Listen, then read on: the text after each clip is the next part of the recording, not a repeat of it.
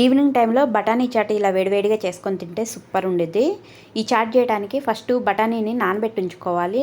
ఒక 5 గంటల సేపు అయినా సరే. ఇలా నానిన బఠానీని కుక్కర్లో తీసుకొని ఉప్పు, పసుపు వేసుకొని కొద్దిగా వాటర్ పోసుకొని 4 విజిల్స్ వచ్చేంత వరకు ఉడికించుకొని పెట్టుకోవాలి.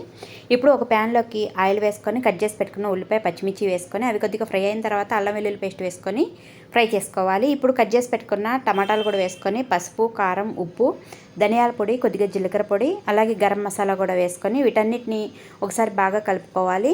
ఇలా కలుపుకున్న తర్వాత మూత పెట్టేసి టమాటాలు మెత్తగా అయ్యేంత వరకు మగ్గించుకోవాలి. ఇలాగా బఠానీ కూడా మెత్తగా ఉడికినాయి.